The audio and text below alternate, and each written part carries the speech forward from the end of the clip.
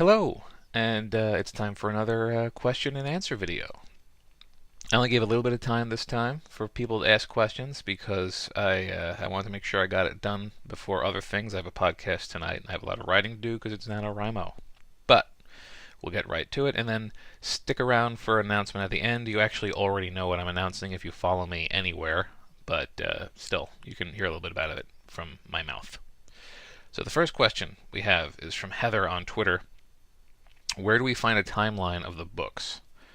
Uh, as far as I'm concerned, there's two ways to give a timeline for my books.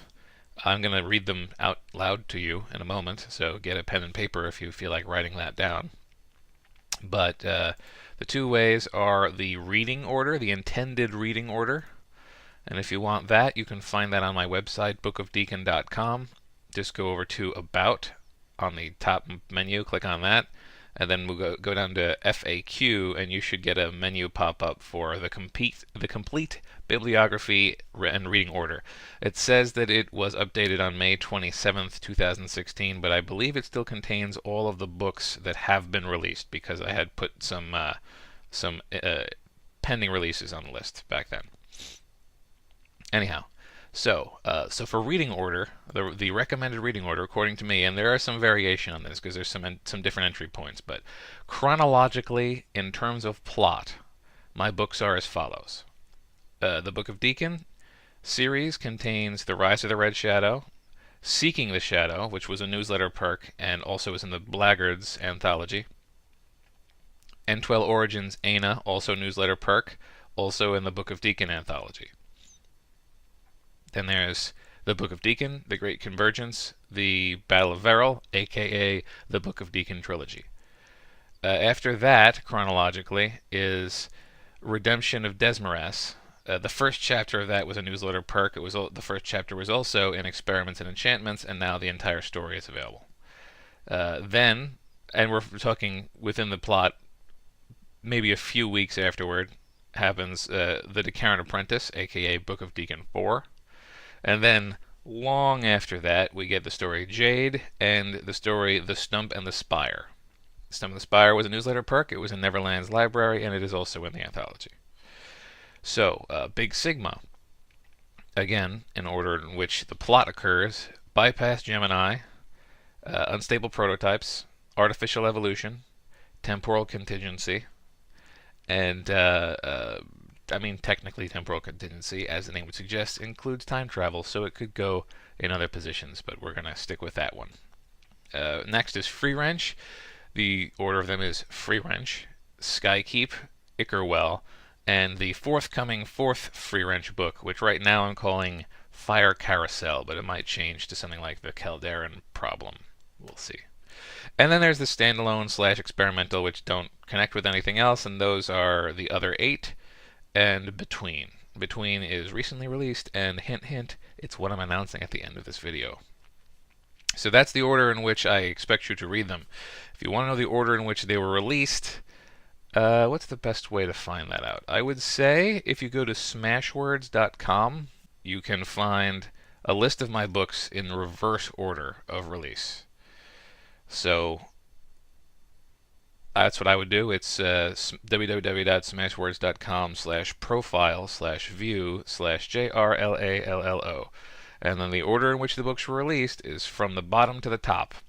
And I might as well read that too, just so that you have it all right here in this video. The order was The Book of Deacon back in 2010, followed by Jade, followed by The Great Convergence, The Battle of Veril, Bypass Gemini, Unstable Prototypes, The Rise of the Red Shadow, the other 8, Free Wrench, Artificial Evolution, Skykeep, The Book of Deacon Anthology, The Decaran Apprentice, Temporal Contingency, The Redemption of Desmarais, Ickerwell, and now Between. So, that is the order in which they were released. The previous order was the intended reading order. I hope that clarifies. The next question is from Isaac on Facebook. What process do you use to create your characters? I use a couple of different processes to create my characters, actually. So we'll work our way through the 3 main series. For the Book of Deacon, the way I created the characters was Well, first off, it's a standard fantasy epic, so there's a couple of positions within that story that need to be filled. But specifically, I just finished telling the story on a different podcast. I didn't write these characters first. There's a second, you may have heard me speak of it, the fabled unnamed second trilogy. Technically, that was the first story I wrote in this setting, or at least the first story I was plotting in that setting. And it features the descendants of the Chosen. And I was writing them first. And as I was writing them, I realized I needed to know who they were coming from. I just can't, like, in order to be consistent, I had to actually have them descend from someone. So I started to roughly trace out who the people they descended from, the ancestors, were. And because that was happening much later than when I was planning the initial story, a much more developed and intelligent mind was developing those characters, and they ended up being much more interesting characters. So I ditched the original set and went with the ones that I had sculpted afterward. So that's how I planned out those characters. And within the individual characters, there are characters like I wanted the character of Lane to be visually monstrous, but still potentially noble. So hence his race being clearly inhuman and animalistic, but still, cunning and sly. Things like that. So for Big Sigma, it was a little bit different. I knew what the plot was going to be. I knew it was going to be a sci-fi, and therefore I knew I wanted to have characters jumping between planets. So then I asked myself, well, how does my main character get from planet to planet, and more importantly, get from planet to planet alone? So then he has to be a delivery guy. But then it has to be, in order for him to be doing it alone and for him to be able to act independently, he would have to be a delivery guy that's unsanctioned. So now he's a freelance delivery guy. And also for him to be a good hero, he should really be very good at his job. But then the question comes, why, if you were very good at your job, would you be doing it in an unsanctioned way? So he becomes something of a thrill seeker, and more importantly, he becomes a disgraced racer pilot. And then, if you became a disgraced racer pilot, you might have problems with, like, how did you become disgraced? So then he has problems with the mob, and now that's an aspect of his character. And it just builds outward from there. Every character within Big Sigma was basically built to enable the plot.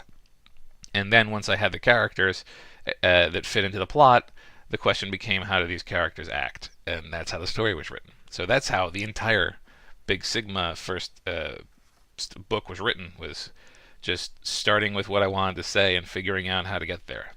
And finally, Free Wrench, the characters for that were built off of the structure of a ship. I remember distinctly writing down the characters because it was on the way to New York Comic Con a couple of years ago. And I was like, well, I know I want it to be steampunk, and therefore I know that I want there to be an airship. So steampunk is usually Victorian, and in Victorian England we have Jules Verne style stuff going on, but in Victorian America we have the Old West. So maybe we can throw in some cowboy affect to it. And then I start to list off the different positions that would be necessary on a ship, and we end up with, well, I'm going to need a captain, I'm going to need a medic, I'm going to need a cook. And I realized it would be more interesting if the crew was very small and they were sort of cramped and double jobbed. So now the cook is also the medic, and so on and so forth. So that's how I do characters usually, is I look at what the story needs and then figure out how that character exists within a setting. And the last question I have, also from Facebook, is from Mike, and he asked if it was too late for me to give my list of slated releases for 2017, or too early rather, to do that. And no, it's not too early. As I was assembling the list, I realized that either I'm going to have a very big 2017, or not all of these books are going to be released. But I'm going to give them anyway. So, in no particular order, because they might come out wildly out of order. Big Sigma Anthology. This will almost certainly be the first book I release next year. It will be well, I'm announcing it now, I suppose, but I've spoken about it in the past. This is going to be a collection of the first 3 books, not all 4 books in the Big Sigma series, but I will also include about 75,000 words of new material, which will also be newsletter perks. And depending on how I feel, I might end up splitting that off into a smaller, like, mini anthology of short stories so that people who already own the 3 individual stories but don't want to sign up for my newsletter for some reason will be able to buy the smaller stories without double dipping. So that is Big Sigma Anthology. Rather, I think it's called the Big Sigma Collection Volume 1. And there will probably be a formal announcement of either the actual release or the pre-order in January of 2017. I also completed a story that's waiting to be edited. November got in the way, so I was not able to do so yet. Right now, the working title is Pizza Dragon. This is technically a collaboration with an artist called Project Endo. I saw a group of characters that he had produced. I thought they were interesting, and I wrote a story based on it. Funny enough, he has since produced another set of characters, also very interesting, and sort of set the Pizza Dragons aside. So now this is almost a blast from the past from his point of view. But that is finished. It will be edited, and I have to find a cover artist for it because I think this would be better served by a different style than my usual artist. Free Wrench 4 being written now. Tentative working title Fire Carousel. That will probably come out, if things go the way they normally do, it'll come out around March of next year, maybe closer to April. The Book of Deacon children's book. This is also in the works. I have not been able to get in touch with the artist, but she should be getting close to finished with at least the preliminaries for this book. It is a 32-page picture book. It is about Min, but you will find out more about that later. I don't know the name is going to be, possibly Min's family. New Book of Deacon. I asked, as you know, if you were on my my newsletter, I asked what you would like to read as the next Book of Deacon story, and I have received nothing even resembling a consensus. Almost everyone who answered had a different favorite on the list of the 5, and some people came up with stories that I didn't put on that list, but they would like to read. So I have to go through and tally, but I'm pretty sure I've got like a 3-way tie. If you don't remember what the options were, the options were the Book of Deacon 5, which would be a direct sequel to the Dacaran Apprentice. There was a story about Sorrel and the Twins, which I actually have some notes for. There was The Redemption of Desmarais 2. Jade 2 was a recommendation, and then other, as anything else somebody might want. Oh, and a follow-up to The Rise of the Red Shadow, which would ideally fill in the gap between the end of the Rise of the Red Shadow and the beginning of the Book of Deacon, because there's a significant time delay between those 2 events. So that would be the new Book of Deacon book. As things stand now, that one might actually end up getting pushed out to the following year. It just depends upon how quickly I write. Ideally, it's planned for this for 2017 though, so never you worry. The next book I intend to write after I finish Free Wrench, but before I do Book of Deacon, I'm looking to collaborate on a book with a fellow author, Lindsay Baroker. Many of my fans are fans of her as well. Many of my fans are actually her fans and just read my stuff because I've been associated with her in the past, so thank you. But she has written a sci-fi series which has been accepted into something called Kindle Worlds, which is like basically legalized, profitable fan fiction.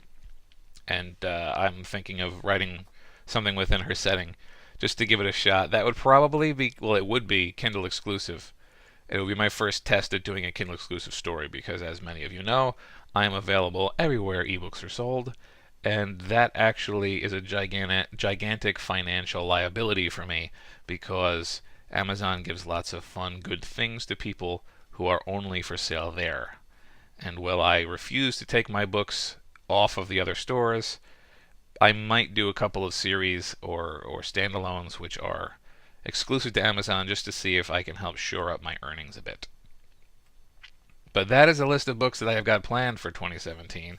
Other books that are not on this list, but I'll probably be writing, either starting in 2017 or maybe finishing in 2017. I will be doing another Big Sigma story because that series is not finished, but I haven't taken any notes on that. I hesitate to say a lot, but there are several people, so far 3 people, who have told me they do indeed want to read a second the other 8 story. So maybe the other 8. No, I don't know. I wouldn't call it that because that would imply 8 new characters, and I would want to follow the 8 characters from the first book. But I have had 3 people tell me that they would like to read a sequel to the other 8, and I have notes on a sequel to the other 8. It would be called The Other 8 versus the Icon. Or actually, you know what I kind of like is sometimes the words are the other 8 meet the Icon as though they're not necessarily going to fight each other, or the other 8 against the Icon, which just it hits the ear in a weird way, and I enjoy it. But anyhow, I have, as you can see, I've thought about this, but the other 8 is consistently the lowest earning book that I've ever written. So it's a little hard to justify writing a sequel for it. On the other hand, and here's the announcement, I have just released Between, and Between has a strong chance to be the new lowest earning book I've ever written. For those of you who are unfamiliar with it, Between is a story about Philo Middleton, a scientific test subject who ends up in a place where the laws of physics are sort of a multiple choice question, and as a result, science doesn't work anymore. And it is a place populated by just miscellaneous characters that were lost from their own worlds. If you fall through the Bermuda Triangle, if you malfunction your transporter or time machine, you end up in the Between. And if you don't know magic, which is the only thing that consistently works there, you can't get out. So the story is about an incredibly mismatched group of characters, all fighting, scheming, and manipulating in an attempt to get back to where they came from. Why is this destined to be my lowest earner? Well, it's not part of any of my other series, although pay close attention to it because there are explicit crossover characters from both the Book of Deacon and Big Sigma series, because again, it's supposed to have, cast off characters from other series. There's also a throwaway mention which could be interpreted to be a reference to Free Wrench. Also, why would people not buy it? Because it is now not because it's like I feel it's as well written as any of my other books, but it is both sci-fi and fantasy, which means I can't really push it as sci-fi because the sci-fi people will object to the fantasy stuff, and I can't push it as fantasy because the fantasy people will object to the sci-fi stuff. So I have assembled the most difficult to market book that has ever been conceived. But that said, I really enjoyed writing it. I hope that you really enjoy reading it. It is available now. You can get it on Amazon and all the other places because, again, I am available wherever ebooks are sold. It's right now it's 99 cents, but in a few days it's going up to $4. So if you want to read it and you want to save money, now's a good time to buy it. I believe that hits the end of my Fancy Dan note-taking system. So I bid you peace. Have a good week. If you have any other questions, put them in the comments below. I'll answer them next time. And thanks for reading.